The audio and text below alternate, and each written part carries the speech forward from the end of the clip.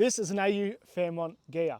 And for my generation and, maybe people a little bit older, these cars have transformed from, let's be honest, they weren't that desirable to being part of almost a cultural shift. This, and along with the VL, and are some of the most iconic cars in the sort of, later generations of Holdens and Fords. And this car is just known for so many things. But the biggest thing by far is what's under the bonnet, the intake. These cars, I don't need to tell you, you already know, they are absolutely indestructible.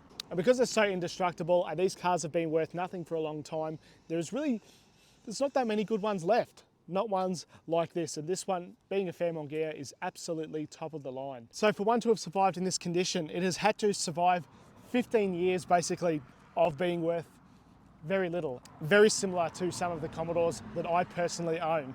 And that gets us to the elephant in the room. The number plates, that's what makes this car rare. The condition of this car and being a top of the line Ghia.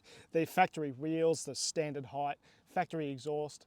One of 136 in this color combination. And not only that, but it's a great color. I really do like this maroon red. Being the Fairmont Ghia, it has a lot of really fancy accented chrome all around the car. And this is just a good example of it. Again, these are one of the most iconic cars to really ever come out of Australia. And I know that it's a Falcon and, I'm into Holdens and stuff, but these are us. You still see these on the road so often today, which is crazy. I mean, this one is from 1998, 25 years old, and these are still great daily drivers. They're reliable, they're good on fuel, and parts that go in the engine bay are easy to come by. Most of these, especially the Fairmont Ghias, have been parted out for all of their interior inside, for all their bits to put on other P-platers cars, and it's amazing that one has survived this well. And this one only has 126,000 K. I mean, on an AU. It's nothing really. I mean, this car has so much life left, and this is going to sound ridiculous, I know, but I've had a lot of cars on the channel, and the one that drives the most similar to this car, again, I know it's going to sound ridiculous, is the Bentley Continental that I had a few weeks ago. And that is, I don't know what it is. I don't know what it is, but they drive very, very similar. They are both really comfy, lazy cars. And this is just, they're just great cruisers. I mean, honestly, you almost fall asleep while you're driving it. Big fluffy steering wheel and leather seats. And yeah, anyway, I'll show you the interior. Now, one of the most controversial things about this car is the styling. There is no question about that. And for many years, these were considered ugly, but I actually think that these have aged very well. And I'm talking about the AU in general, not just the Fairmont. Even at the time, there were news reports and parts and Holden advertising that were talking about the looks of this car. But again, I think it has aged really well. I mean, the Holden equivalent of this is the VT. And while we're here, I'll just talk about, I actually bought an AU when I was about 19. I bought it for $400. It had a few months rego, and that car was pretty good. It was a dedicated gas one. It wasn't anywhere near as nice as this car, but it was indestructible, that thing. And unfortunately, like many AUs, it had a sad death at the wreckers. But now let's talk about what is different in here versus a normal Falcon. Well, there is a lot of leather wrap stuff, there is a lot of wood grain and a lot of chrome, and it is a really nice place to be in here. One of the things that's really cool is it's got a CD stacker. You can have up to 6 CDs in there. It's got a factory amp and some factory subs, and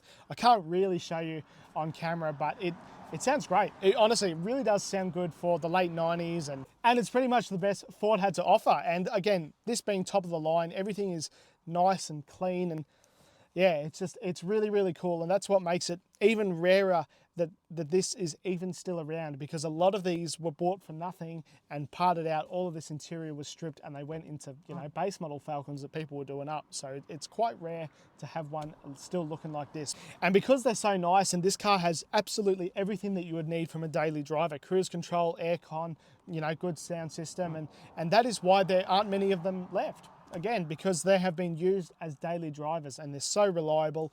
And that actually gets us onto our next thing. We're going to have a look in the engine bay, and that is the thing that these cars are so famous for. They're not famous particularly for enormous horsepower. We're only talking about 170 kilowatts, but these motors are indestructible. They really are great. So let's have a look. This is what really made the AUs famous though. And this is the one to have. This is the Intec VCT, variable cam timing. This is the duck's nuts, Really, really strong, reliable motor. These go for ever and ever and ever. And even those monsters out there that hate AUs, you can't deny how good this running gear is. I mean, it's fantastic. It's smooth, it's reliable, it's cheap to fix. You can get these motors anywhere in the country, and you know, it's the precursor to the Barra, which is a very, very popular, very good engine. And these are some of the best engines that have ever come out of this country right here in Geelong. Now, are these engines perfect? No. They are starting to suffer from age, you know, just because, well, they're 25 years old now. I mean, no matter how good something is, it's going to start suffering. And they do a head gasket here and there. But overall, these are really good cars. And again, they're so smooth. They're so relaxing to drive. So I'll prove it. Let's go for a drive. It's not the most exciting car to drive, but that's okay, because that's not what it's meant to be. It is meant to be a nice, lazy, relaxing drive, a perfect daily driver. And that's exactly what it is. Driving these cars, they're so relaxing. They're a little bit lazy, and that's what you want from this car. And again, I know it was ridiculous what I said about the Bentley, but it's true. It is true. It just drives so nicely, and I can totally understand why someone would have these as a daily driver. And 172 kilowatts this one makes, just a hand, about 18 less than the 5 litre.